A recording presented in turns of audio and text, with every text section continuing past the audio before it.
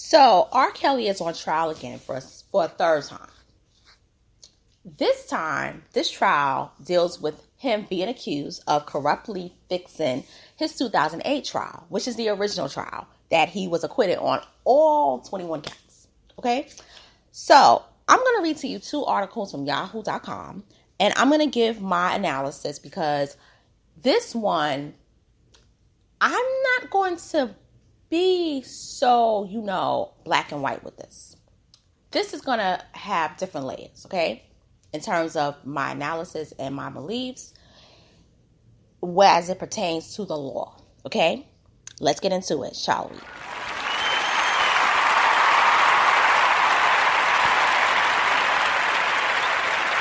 Hey guys, it's your girl, Miss Analytical. I'm coming to you straight out of NYC on this beautiful Saturday afternoon. So, as I said before, I'm going to read two articles from Yahoo News, and it's going to pertain the current trial, and it's going to involve the young lady who is referred to as Jane, the quote-unquote former goddaughter, and I spoke about her before. Her name is Reshonda Landfair. So, according to yahoo.com, it reads, and it's from the Chicago Tribune, R. Kelly's former goddaughter breaks down at his federal trial in Chicago, telling jury he filmed them having sex while she was a minor. For the first time after 2 decades of swirling allegations, R. Kelly's former goddaughter has taken a stand as a prosecution witness in a case against the disgraced singer. Dressed in a white blazer with her hair long braids, the woman, now 37, and testifying at Kelly's federal trial in Chicago under the pseudonym Jane, told the jury she had sexual contact with Kelly for the first time at 14. After testifying calmly for nearly 2 hours, Jane's voice grew quieter and began to break as she asked to describe sexual encounters that Kelly recorded, including the now infamous tape at the center of Kelly's 2008 child pornography trial. One of the videos expected to be played for jurors showed Jane and Kelly having oral sex in the living room of his Lakeview home. She said he could be seen giving her champagne and telling her to refer to her privates as 14 years old. She said, then he urinated on her, she said in a voice almost too soft to hear, dabbing tears from her eyes. In another video from about the same time, Jane testified, filmed in the wood panel jacuzzi room in Kelly's basement. Kelly appeared to hand her money before they have sex. When a prosecutor asked why he gave her money, Jane started to cry audibly, saying after a long pause, because if anybody saw the tape or if it was released, for some reason he wanted it to appear as if I was a prostitute. As she said it, Jane looked down sadly at the table in front of her, seated at the defense table across the courtroom. Kelly shook his head. Their sex acts, escalated to intercourse when she was 15. She said, asked by a prosecutor how she knew her exact age, Jane calmly responded, because that's when I lost my virginity. After that, they had sex innumerable times, sometimes along with other teenage girls whom Jane recruited at Kelly's request. She said the encounters took place in Kelly's home on West George Street, at his near West Side recording studio, on tour buses, and in hotels in Chicago and elsewhere, she said. 2 of the other minor victims are also expected to testify against Kelly later in the trial. To illustrate how young she looked at the time of the encounters, prosecutors had Jane identify 2 photos of herself from her childhood. The first, taken when she was a sophomore in high school, showed her on one knee holding a basketball, smiling. The other was a headshot from when she was in a music group at 13, around the time she said she first met Kelly. Jane and her parents had denied the relationship for years, and that R. Kelly had ever had inappropriate relations with her, including at a grand jury in 2002. Jane was not called to testify at Kelly's 2008 Cook County trial for child pornography, even though county prosecutors alleged she was the girl on the tape. So, I'm going to pause here because I'm going to basically give my analysis on this because it is a kind of long read and I just want to get to the point. First of all, here's my thing about this. Yes, R. Kelly did that. He was in the tape. This girl was in the tape. We all know her name. Her name is Reshonda Edwards Landfair. Okay? And they need to stop with calling her Jane because the whole internet streets, virtual streets, cyber streets know who she is. Okay? She's not an adult anymore. Okay? She's a 37-year-old woman and she has children who many people have witnessed her still being around R. Kelly in the last decade. My issue with this is if R. Kelly wasn't acquitted, if R. Kelly wasn't found guilty in 2008, why are we bringing him to something where you're accusing him of fixing the jury in 2008 for the 2008 case?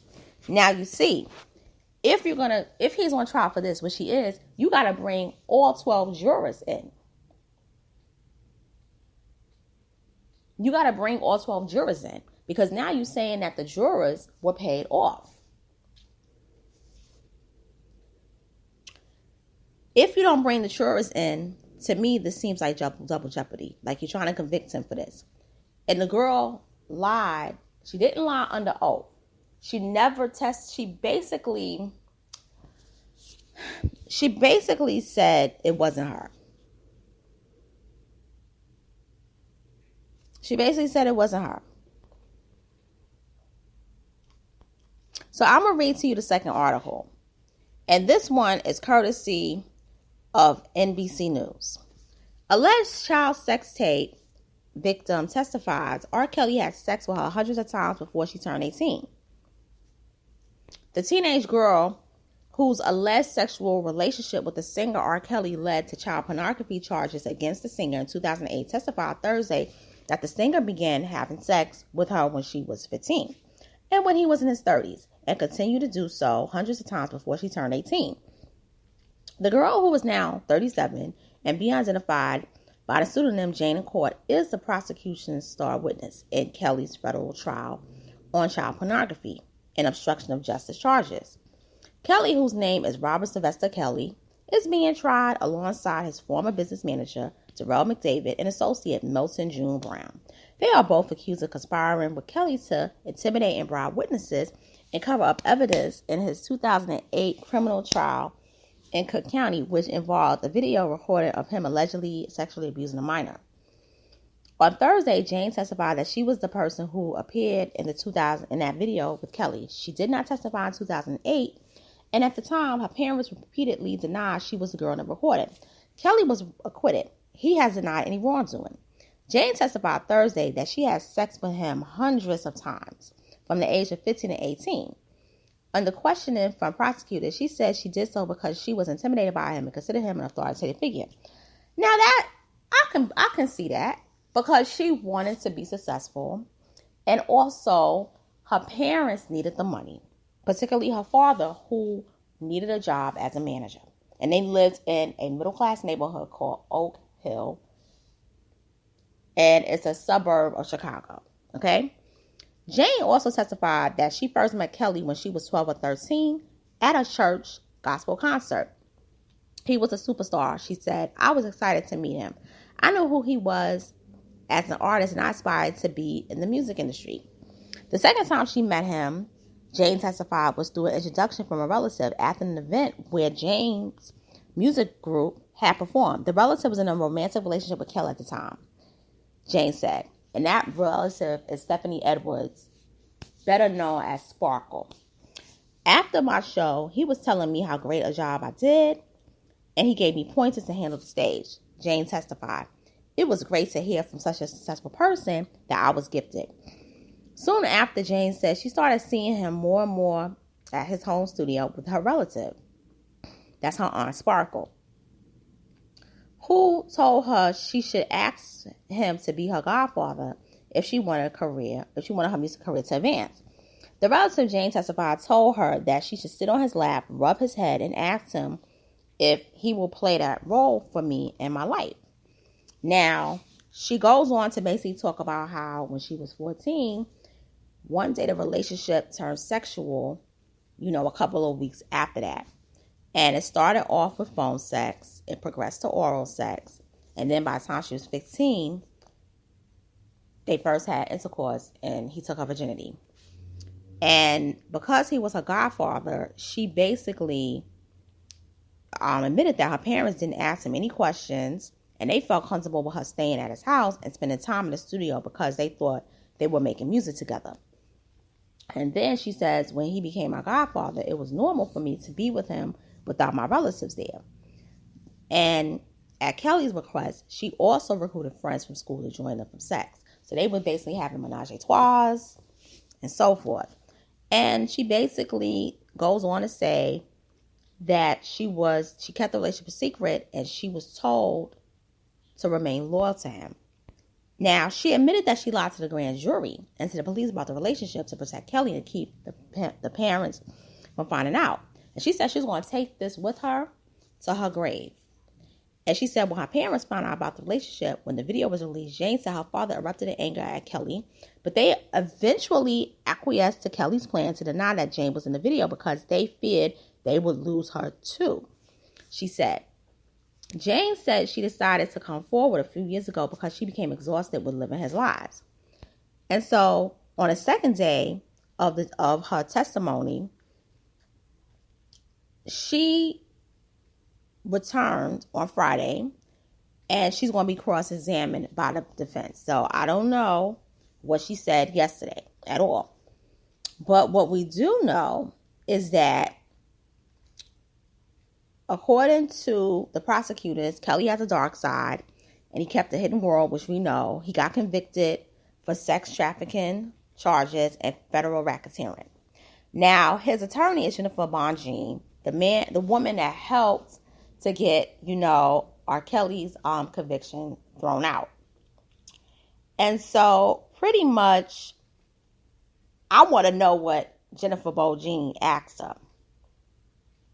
Because according to what Jennifer is saying, she told jurors during the opening statements on Wednesday that they will have to decide whether they believe the accusers and witnesses to be credible, pointing out that Jane had previously denied that she was a person in the video with Kelly. And that's my point. Yes, we know it's her. We know it's Reshonda Landfair. We know it's Kelly. But here's the thing. You can't say, oh, it wasn't me, when you testified in front of a grand jury. When you testify in front of a grand jury, you're still testifying under oath. You're not testifying on trial. That's the reason why they're not basically going to charge her with perjury, because she's taken a deal. So that's the reason why. Because this girl has been accused of still being in his entourage, going as far back as 2011, 2012, okay? That they've seen her hanging out with him. And it's been alleged, even though I don't believe it, but it's been alleged that she has a baby by R. Kelly, okay? My thing is this. You had the time when you was an adult. In 2008, you were 23 years old. You could have told the truth. You could have been like, you know what, the charade is over. My career is not popping. Let me just tell it. But they were still getting money from R. Kelly. That's the reason why he paid them for their silence and their loyalty. When the trial was occurring, they was overseas. He got them out the country. And she was still connected to the music industry, but doing background vocals from what I read years ago. Now, if you remember my old commentary from 3 years ago, I had said Reshonda was going to testify. I said this girl is going to testify. And I said that she was going to testify because she was not going to have a choice. Because when the trial was going to come, she was basically going to have to tell the truth and admit that I'm the girl that was in that video. Because everybody has been waiting for this day for Reshonda Landfair to be the one to admit that she was that girl. So now that you have admitted it, the mystique of this all has been shattered. Here's what's going to happen. Before you admitted this, people knew your name. Okay? What's going to happen is people are going to look at you as not trustworthy, because in 2008, you could have said, it's me. And if that happened, even if he was acquitted, at least you would have told the truth and it would have been some respect. But now you're doing this, and it seems like you're doing it really because, one, you're trying to avoid double perjury charges. That's how I feel. Do I feel sorry for Reshonda? I feel horrible. I feel bad for the little girl, for the girl who was 13. And I'll tell you why. Because I believe that her whole family sold her to Kelly. That's why she took the money. Because even though she says that he wanted her to tell her she was a prostitute, no. I believe that this is what I believe. I'm going to be real. I believe that she was sold to him to secure a contract for the whole family to be in the industry, because her cousins was in the group as well. I think a sibling, but I believe they were cousins. The uncle wanted that deal to work with R.Kelly as a guitarist, because working with R.Kelly in the 90s was big money. Sparkle was about to debut her album, and her album was successful. It went gold. Her singles was #1 in the U.S. and also overseas. So that whole family, the Edwards and Landfair family, was being put on, okay? So that money, every time she was getting money, that was, a payment. And I believe she was in on it because her family told her, you got to do it. Now, I'm going to tell you how I put this together. Years ago, I saw a video. You can look it up, for the cause. And it's a video they made around about 1993, 94. And in the video, they're in a library at school. And the girl, she's basically rapping. And they're throwing papers at her. And them little the straws where you spit out the small papers.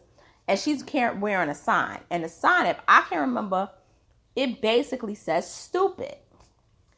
And it's like a message video, because their music was like message oriented. And she was being teased. And it's almost as if she was like the sacrificial lamb of the group. And that's what I picked up. And it's like they were grooming her to be that person like she became in the tape. And that is my thing. So for the little girl, and a teenage girl, I feel bad for her. I really do. But the adult, to a point, no. Because if it's true that she was hanging out in his entourage with him, drinking with him, snuggling with him, now you know better. You don't have to do this. You're an adult now. You can free yourself. Now it tells me that it was a business transaction going on with your family selling you to him to secure deals. And it's very common in that industry, the music business, from stories I've read. Okay? And what ended up happening, if you remember my commentary from 3 years ago, which I'm going to post a link to it, the mother, Valerie, she had lost her job and she was in huge credit card debt. Huge credit card debt. And it was bad. And then the father passed away. And it was really to the point where they were struggling. So it could have been, hang out with Kelly again, get money from him. Because supposedly he bought her a Range Rover. Supposedly he was, buying a lot of stuff for this girl. So this girl, she really didn't have a chance. She got caught up in a web of deceit, and it's really sad. But the perjury thing at 23, she should have told the truth. But when you have no good family members, like your parents, your aunts and uncles, what you going to do. Now, when it comes to Miss Stephanie Edwards, I will say this. I believe that they were all in on it. But because Sparkle heard about that tape, and because Sparkle heard and ended up seeing it and finding out what it was, supposedly, well, I'm not going to say supposedly, I believe that that's what prompted her to basically expose him. Because it's like, my niece is out there and it's a shame on the family. So it's like, she ended up doing good. It cost her career, but she don't care. And that's a good thing to make up for that, because you didn't protect your niece. And she does regret ever introducing her niece to R. Kelly, which is a good thing. The Edwards family are not close. The Landfairs, that's her father's family. And it's like, R. Kelly, he shattered a lot of lives. Let's keep it real. He made great music. I'm sure he helped to produce a lot of babies in the womb. Make them from his music. But he shattered lives. You got to keep it real. And stuff. So, I'm going to end it here. And with that being said, it's your girl, Miss Ann Little Cole. I'm signing off. Thank you for tuning in. Click like, subscribe, share, comment. Hit the notification bell to receive future notices on my various commentary. And I will be back soon. Later.